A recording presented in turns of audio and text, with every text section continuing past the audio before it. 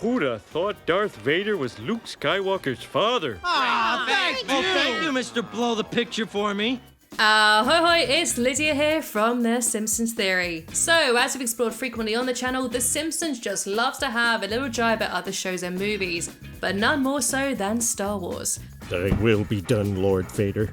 The show is just littered with jokes from a galaxy far, far away. So, I thought I'd take a deep dive into some of the best Star Wars references, and I invited a pretty darn influential Star Wars expert to help me out. So, please welcome Alex from Star Wars Explained onto the channel.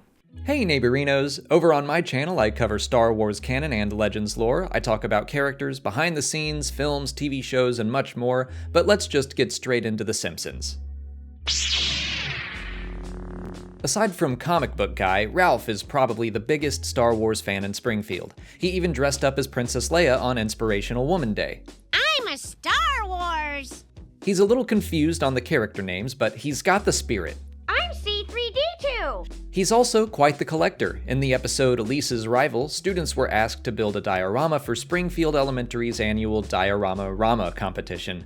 But Ralph was a little confused on what diorama actually meant, so instead he brought in a box of mint-condition Star Wars figures. Principal Skinner, who turns out to be a big Star Wars fan himself, instantly declares him the winner. Ralph is obviously elated that his own version of genius was appreciated, prancing down the road, declaring that he beat the smart kids, until he trips over and crushes the boxes. If comic book guy saw this, he would have a heart attack, but Ralph shrugs it off by saying, My cat's breath smells like cat food.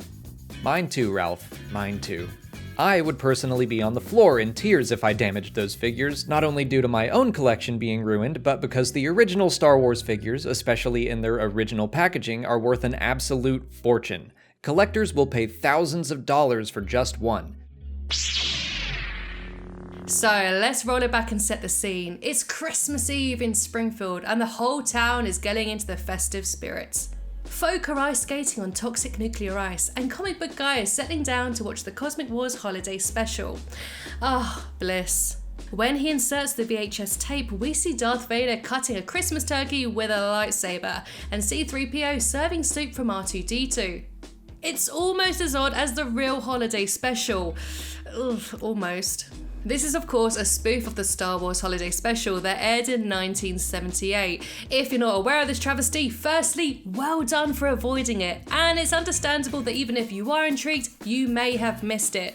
George Lucas has done all he can to make sure that this special is never seen again. There's not even an official video or DVD release of it. The only way you could watch it is through bootleg copies. He hates it so much that when he was asked about it at a fan convention, Lucas apparently said, if I had the time and a sledgehammer, I would track down every copy of that show and smash it. Anthony Daniels eloquently referred to the special as, well, a turd. To put it shortly, it was not well received. So yeah, it's pretty bad, but at least the animated Boba Fett segment was awesome. Speaking of which...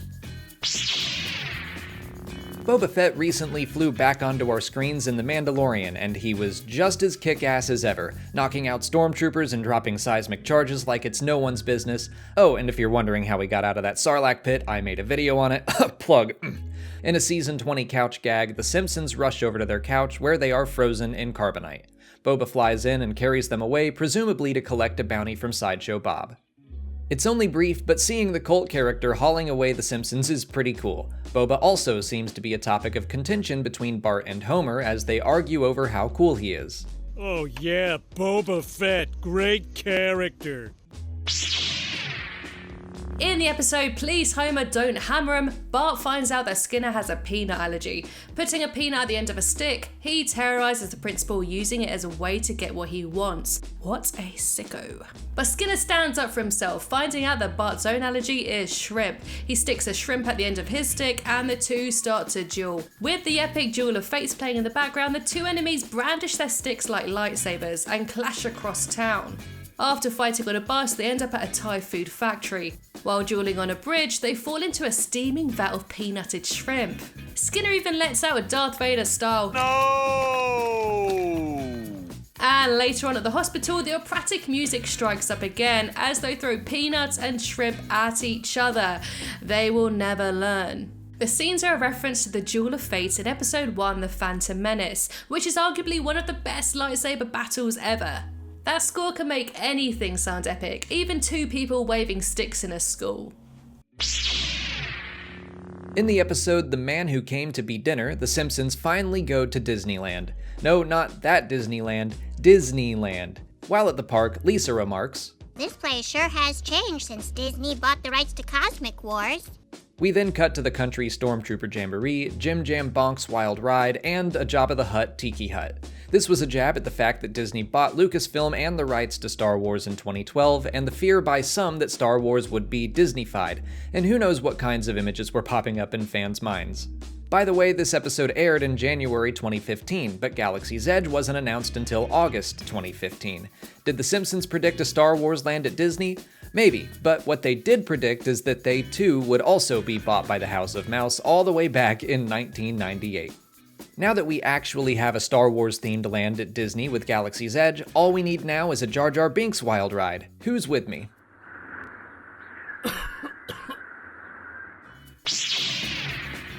The season 15 episode Codependence Day starts off with the whole town lining up to see the newest Cosmic Wars movie. Buzzing with excitement, they sit down to watch the hugely anticipated movie, but that excitement soon turns into trepidation when the opening scrolls talk about trade policies. The rest of the film is filled with mind-numbing Senate meetings as well as outlandish stereotypes. When the film is finally over, everyone are less than pleased. Worst Cosmic Wars ever! Bart and Lisa even write a complaint to the creator Randall Curtis, expressing their disappointment in his movie. But when they receive a generic response dismissing their criticism with an autograph of Jim Jam Bonks, they head to California to tell him what's what and his movie sucks. While on a studio tour, Bart and Lisa sneak off to Curtis's ranch and they tell the Cosmic Wars creator that his movies have lost their way. And they beg for him to go back to what made his original movie so timeless. He then agrees and vows to go back to his storytelling roots. He then offers them Jim Jam cereal as a peace offering before hopping on his tauntaun and galloping away. But we do see him a bit later on being tossed around by a drunk Homer and Marge. This episode is obviously a parody of The Phantom Menace and Attack of the Clones, and a response to the lackluster reception of Jar Jar Binks and the heavy focus on politics. Even as a fan, I can laugh at this because, let's face it, there are a lot of scenes focused on Senate meetings in those prequels. Perhaps the episode with the largest amount of references is Season 10's Mayored to the Mob. The opening starts with a commercial hyping up a fan convention in Springfield, promising a tag team robot wrestling match with R2-D2 and C-3PO against two Cylons from Battlestar Galactica. At the convention, someone in a Chewbacca costume is denied entry. The headliner of the convention is none other than Mark Hamill, who voices himself. When Hamill emerges from a cardboard ship, he lazily knocks over a few standees, including one of Wonder Woman. When he invites someone to come on stage to act out a scene from Star Wars, the crowd argues on who it should be before doing what they do best and fight. The convention erupts into chaos with the mob surrounding the Star Wars star, but Homer comes to the rescue and carries Hamill out of harm's way, Whitney Houston style. Hamill then runs away despite previously feigning an ankle injury. Well, see, the thing about that is... Later in the episode, Homer, a now fully fledged bodyguard for Mayor Quimby, goes to a theater to watch Mark Hamill perform a Guys and Dolls musical. When Homer gets into a kerfuffle with one of Fat Tony's cronies, Mark offers some Jedi advice. The forks! Use the forks! Oh. At the end of the show, Homer cradles Hamill while I Will Always Love You plays in the background. Well, there you have it, folks. That's just some of the greatest Star Wars references in The Simpsons. So, what's your favourite? And can you think of any more? I would like to personally thank Alex for helping me out with this list. If you're craving more Star Wars content, then please check out Star Wars Explained. The link is, of course, in the description below. Finally, I'd like to say a big thank you to my Flying Hellfish members, Timothy, who else Bazane, Liam, Tommy, Steve, Charlie, Sean, Justin, Andre, Stefan, Jake, David, Nicholas, Vincent, Robert, Ashley, Kevin, Rob, Devin, Gadrak, Bailey, Stephen, Edward, Anthony, Nicola, Centric, Jeffrey, Felix, Stephen, and Mason.